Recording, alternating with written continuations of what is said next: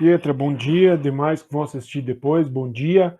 A gente precisa sintonizar novamente, então, qual que é a nossa situação hoje? Nossa situação é muito boa, galera. Vamos lá, estamos nessa pandemia, mas estamos bem. Eu espero que todos estejam bem. Continue se cuidando aí. A gente vai enfrentando esse grande desafio, mas estamos conseguindo passar por ele, tá bom?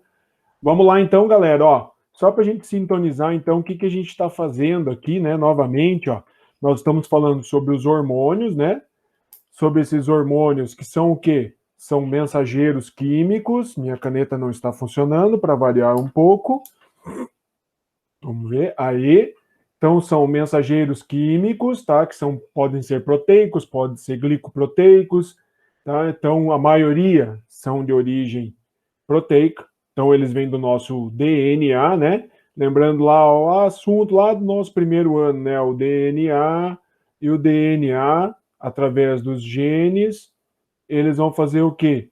Eles vão dar origem a proteínas, tá? E proteínas podem formar hormônios, então tem um monte de hormônio que é proteico. Muito bem, o que, que a gente está falando? Nós estamos falando da nossa glândula, da adenohipófise, e da outra parte da hipófise, que é a neurohipófise. Então, o hipotálamo, que está lá no meio do nosso sistema nervoso, comanda a liberação de hormônios da nossa hipófise, que pode ser a parte anterior ou a parte posterior. Parte anterior, adenohipófise. Parte posterior, neurohipófise. Muito bem. Agora, só recapitulando, tá, galera? Ó, o que, que vai acontecer? Na neurohipófise, libera-se dois hormônios, a ocitocina e o ADH, ou hormônio antidiurético. A ocitocina a gente já falou, mas daqui a pouco a gente vai falar de novo para recapitular. E o antidiurético ainda não falamos. Agora, na parte anterior da nossa hipófise, nós vamos ter a liberação pela adenohipófise da prolactina, das gonadotrofinas, das tireotrofinas, que são os hormônios tireotróficos, os hormônios adenocorticotróficos e os somatotróficos, ok? Aonde a gente já falou de prolactina, já vamos rever, nós já falamos dos tirotróficos, desculpe, e hoje nós vamos ver se a gente consegue chegar aqui nos gonadotróficos. Lembrando que a gente já falou de ocitocina e a gente vai relembrar um pouquinho agora. Bom, conseguimos conectar novamente com o nosso conhecimento da semana passada. Então, a gente rapidamente fala, tireoide já vimos, T3, T4, calcitonina também, né? Lá, a hipófise comanda a tireoide vai, diante desse comando, liberar T3 e T4, que estão intimamente ligados com o controle do nosso metabolismo. Depois nós falamos sobre paratireoides, o paratormônio, que vai controlar o cálcio, vai jogar o cálcio na corrente sanguínea, como está mostrando aqui para nós, ó. Né? Olha lá, ó. O paratormônio vai fazer o quê? Estimular os ossos a liberar cálcio para a nossa corrente sanguínea. Reabsorver o cálcio e jogar na corrente sanguínea, lá no rim e nos nossos intestinos. No nosso intestino. Nos nossos foi bacana. Na verdade existe o delgado e o grosso, mas é no delgado que isso vai acontecer. E daí nós falamos da prolactina. Lembra lá? Prolactina. A prolactina, vamos gastar um pouquinho mais de tempo aqui. Ela vem lá da neurohipófise. Tá? Lembra que a gente sempre usa os prefixos, sufixos. Prolactina, lactos é leite.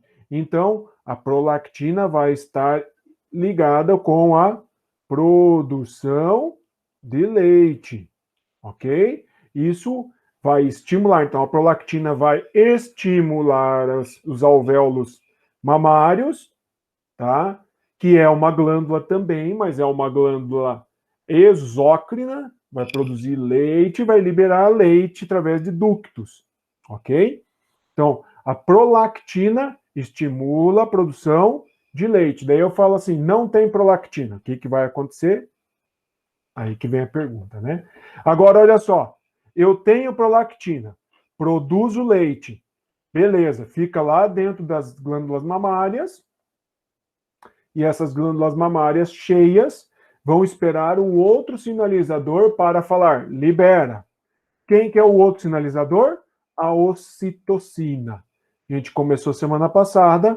A ocitocina é um mensageiro químico, uma glicoproteína. Glicoproteína, glico faz você lembrar de glicose. Glicose é um açúcar. Então, é uma proteína com uma parte também de açúcar misturado ali. Então, eu tenho uma glicoproteína. Bom, o que que é os... Não, melhor, vamos falar assim. Da onde que ela veio, a ocitocina? Da onde que ela vem? Ela é um hormônio, também um sinalizador, um mensageiro, que é liberado pela adenohipófise.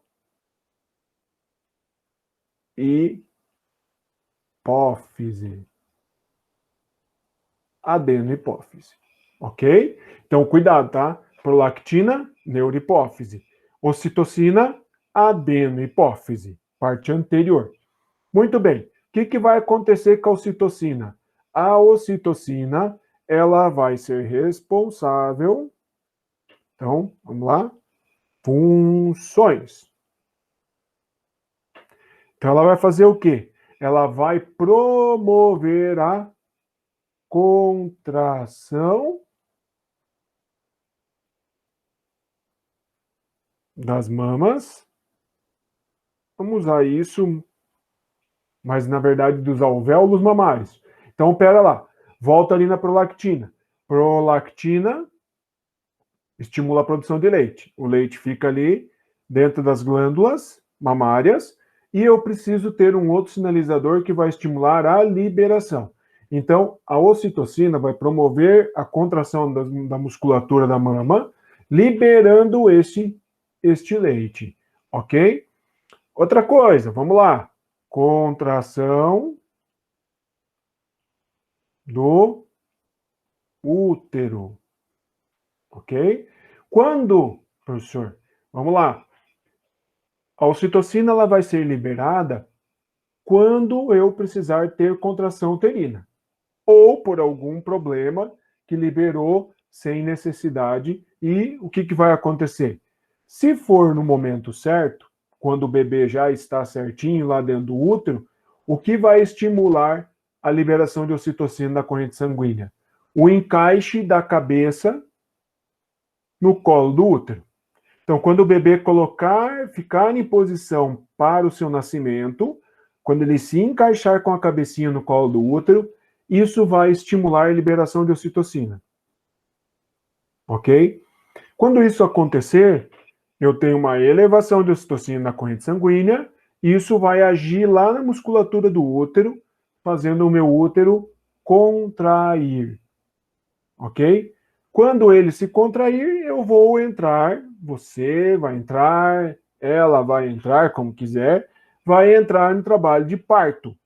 Contrações sucessivas do útero para que o nenê tenha o seu nascimento de forma natural. Ok? A ocitocina, se ela for liberada na corrente sanguínea, em alta concentração, ela vai provocar isso. Então, em alguns casos, o que acontece? Libera-se muita ocitocina, o corpo libera por um desbalanço, ou porque o feto teve má formação, ou porque o feto acabou morrendo, tem liberação de ocitocina e ocorre a contração muscular e eu tenho um aborto espontâneo, ok? Então, também está ligado com isso.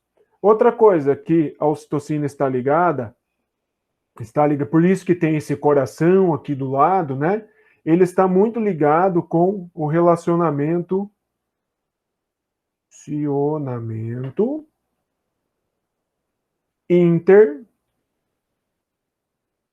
interpessoal, tá?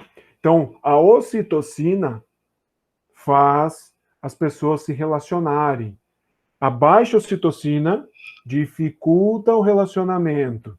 Então, quando eu tenho alta concentração de ocitocina na corrente sanguínea, liberação, vai facilitar os relacionamentos. Então, a convivência com a pessoa que você gosta, na verdade, é provocada pela ocitocina também. A ocitocina faz você gostar. Situações que acontecem e que essa pessoa provoca em você faz a liberação de ocitocina. Com isso, eu vou ter um relacionamento interpessoal mais íntimo, mais prazeroso, e isso, consequentemente, vai provocando cada vez mais a liberação de ocitocina, tá? Inclusive, a relação sexual também está muito ligada com a liberação de ocitocina. Então, quando você tem não uma grande afinidade por alguém, pode estar ligado com ocitocina. Se você tiver uma grande afinidade com alguém, também está ligado com ocitocina. Por isso a gente diz que este é, olha que lindinho, o hormônio do amor. Muito bem, o hormônio do amor. Por isso esse nosso coraçãozinho.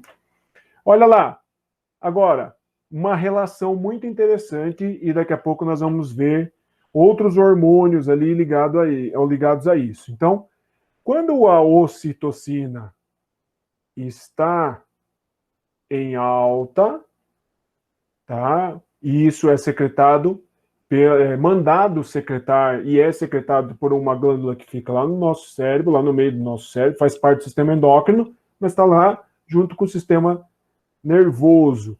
E isso também se relaciona com a progesterona. Quem é progesterona? Nós falamos da progesterona já? Não falamos da progesterona. Mas quem que é a progesterona? Progesterona é um hormônio sexual que a gente vai ver um pouquinho mais para frente, que vai ser liberado pelos seus ovários, tá? Pelos seus ovários. E isso está intimamente ligado com o ciclo menstrual. Mas por que nós estamos falando da progesterona agora? Só porque ela tem uma ligação bem grande aqui, ó, com a questão da progesterona, porque a ocitocina age lá no útero. E a progesterona vai estar ligada com o nosso ciclo menstrual, que vai estar ligado com a formação do feto. Ou seja, são 28 dias aonde eu tenho o período que é fértil, que vai engravidar. Antes eu tenho um período de preparação do meu endométrio, que é a parte interna do meu útero, e depois eu tenho a manutenção disso, e depois eu tenho a liberação do bebê que se formou lá dentro pela ação da ocitocina. E a progesterona, o que ela vai fazer? Ela vai manter o meu útero, pelo menos inicialmente, vai manter o meu útero intacto para que receba o feto, para que receba, na verdade, a implantação do embrião, do blastocisto, e depois ela vai cair, possibilitando que o ciclo se feche, ou seja, que ou você menstrue, ou você tem a liberação do feto que ficou lá dentro. Então nós vamos ver isso aí, quando a gente estudar todos esses hormônios ligados com o ciclo menstrual, a gente vê ciclo menstrual, que é bem legal, tá bom? Vamos lá. Então aqui mais uma imagem falando da ocitocina, o hormônio do amor, dos relacionamentos, do interrelacionamento de pessoas, e um negócio bem legal para esse momento, galera, olha só. Nós temos alguns hormônios que são ligados com sensação de prazer, com sensação de bem-estar, de relaxamento, né? Que nesse momento são muito importantes, porque nós estamos passando por um episódio bastante tenso, né? Complicado da nossa história. Então, nós temos aqui 4 hormônios e você vai ver o seguinte, ó. A ocitocina está aqui, ó. E ela está relacionada com prazer. Por isso que, quando você tem um relacionamento prazeroso, você estimula cada vez mais a liberação de ocitocina. O relacionamento faz isso. Então, conversar com pessoas que você gosta, falar sobre assuntos que você gosta, abraçar, beijar, né? Conviver com pessoas boas, ouvir música, ler um bom livro, tudo isso vai liberar esses comunicadores que estão ligados com o nosso prazer. A serotonina, as endorfinas, a dopamina, todos ligados com essa sensação de relaxamento, prazer, né? Felicidade. Então a gente tem que achar meios para estimular a liberação desses comunicadores. Isso vai ajudar bastante a gente vencer esse momento que nós estamos passando agora. Ok? Vamos lá então? Alguma pergunta, Pietra? Vamos lá? Qualquer coisa é só chamar aí, tá? Então, os hormônios, continuando, agora a gente vem para os hormônios gonadotróficos. O nome já está me ajudando, ó. Vamos lá. Gonadotróficos. Aonde que eles vão agir? Eles vão agir nas gônadas. Muito bem. Mas, professor, agora eu não sei o que são gônadas. Vamos lá. As gônadas são os órgãos, são as estruturas responsáveis por formar os gametas. Formação dos gametas. Ok? Lá, ó. Então, gonadotróficos, formação de gametas. Então, o que que eles vão fazer? Eles vão agir nos ovários e nos testículos. Ok? Fazendo o quê? Promovendo a formação dos gametas. Quem são os gametas? O óvulo, o óvulo e os espermatozoides. Ok? Muito bom. Agora, quem que são esses caras? Quem são os hormônios gonadotróficos? Vamos lá. O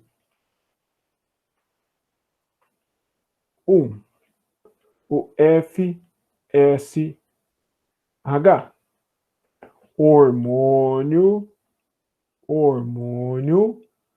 folículo estimulante. O nome já diz bastante coisa para mim.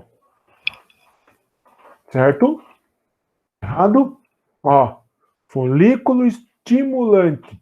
O que que esse FSH vai fazer, então? Pensa lá. 2. O LH. Hormônio luteinizante. Luteinizante. E agora, gente? O que será que ele faz? Vamos pensar assim, ó. Se ele está dizendo que ele é o hormônio número 1, FSH, o hormônio folículo estimulante, o que que ele vai fazer? Ele vai estimular os folículos. Fácil. Muito bem. Eu não sei o que que é folículo, professor. Vamos lá.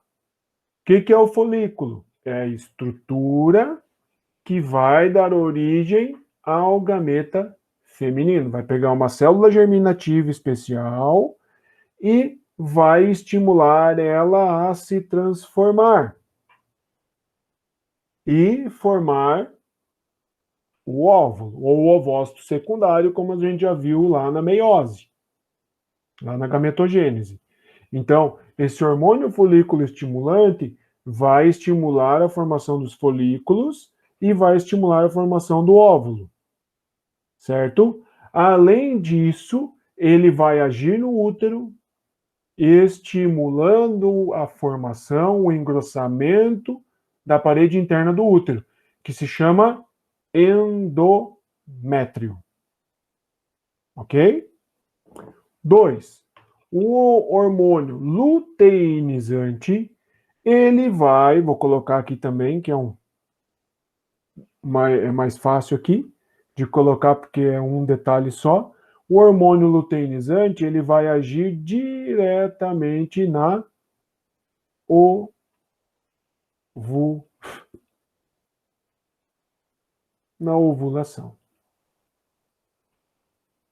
O que é ovulação? É a liberação do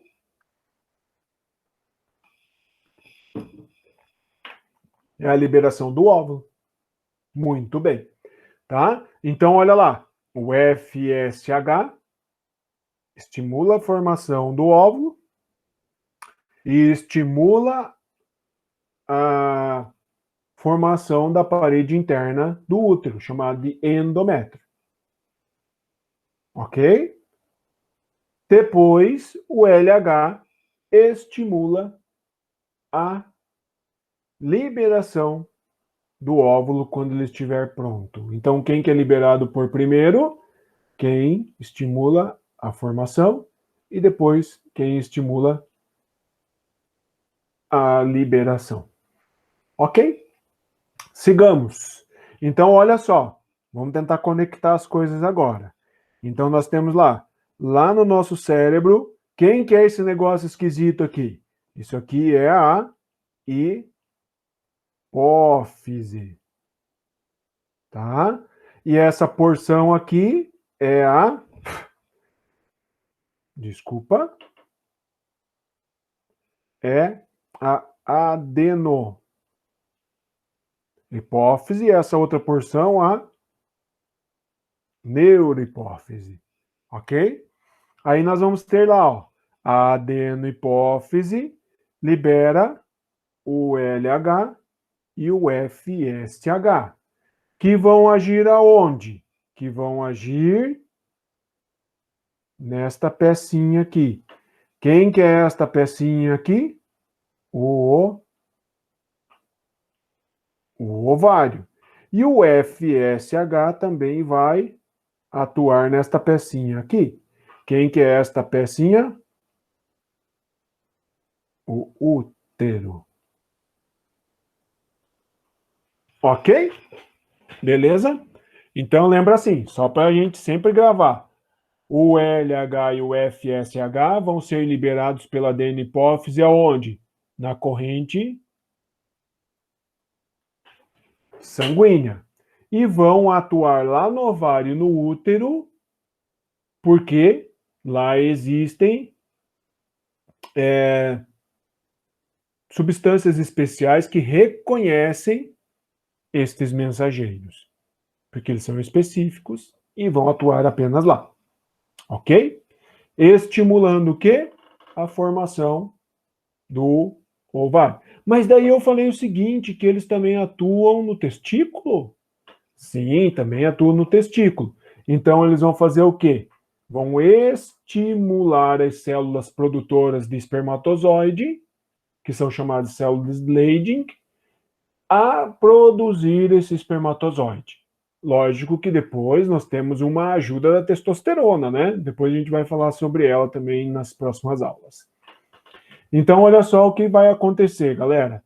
Então, aqui, ó, eu tenho a representação do ciclo menstrual, mas eu só estou colocando o FSH e o LH.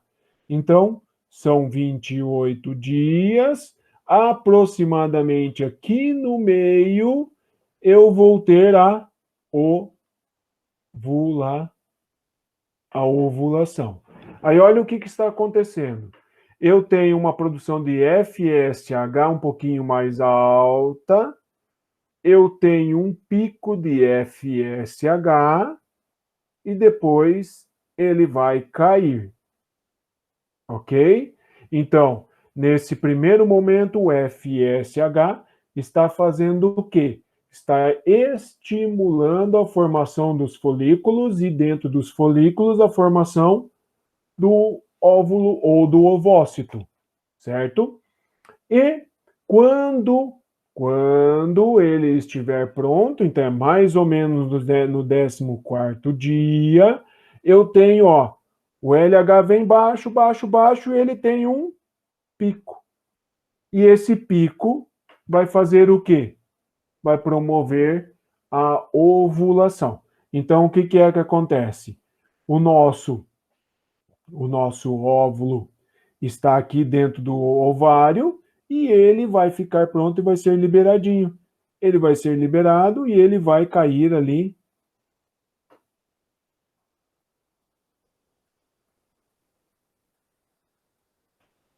Desculpa, gente.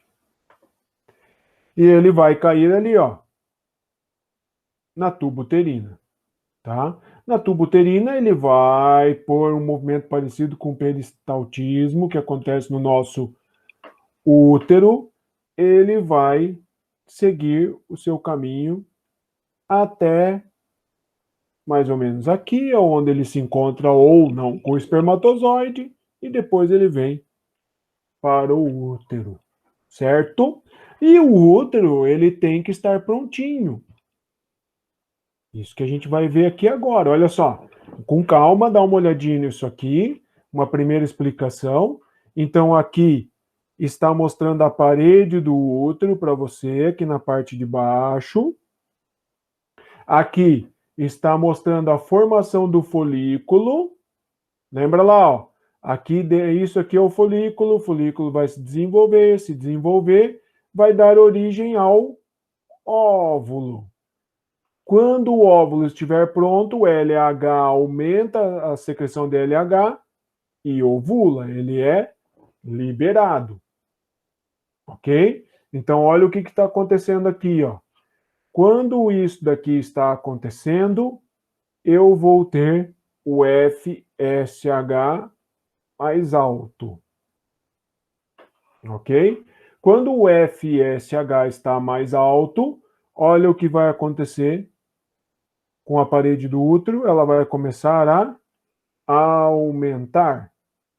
Então, eu vou ter o primeiro período aqui, ó, até mais ou menos o 5º dia, mais ou menos até o 5º dia, eu tenho a menstruação. A parede do útero, o endométrio vai descamar, vai embora.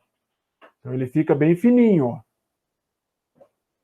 O FSH está desenvolvendo o folículo e a parede do útero também está engrossando. E é lógico que eu só vou chamar atenção, não vou falar deles agora. Mas, ó, aparece um outro hormônio aqui e outro hormônio aqui, ó. Certo? Que é o estrógeno e a progesterona, ou estrogênio e a progesterona. Então, olha só o que vai acontecer. Eu estimulo a produção do folículo, o endométrio cresce com a ajuda, interferência do FSH e também do estrógeno.